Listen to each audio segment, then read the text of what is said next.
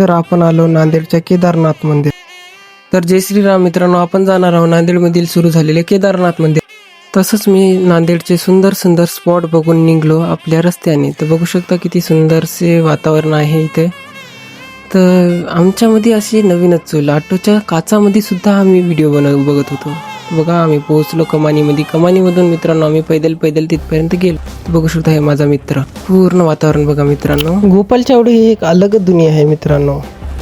तर फायनली आपण आलो नांदेडच्या केदारनाथ मंदिरमध्ये. तर हे बघू शकता मित्रांनो, किती छान आहे यार मित्रांनो. हे झूम करून दाखवतो तुम्हाला यार, किती भारी आहे हे. ते बघू शकता, मी सिनेमॅटिकमध्ये पण व्हिडिओ काढले.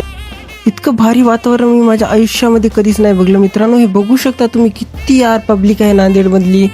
यार ही नांदेडमध्ये 10 वर्षानंतर येते म्हणे. हे बघू शकता माझे मित्र तुम्ही, किती भारी यार. रिॲक्शन तर इतके डेंजर द्यायलेत ना.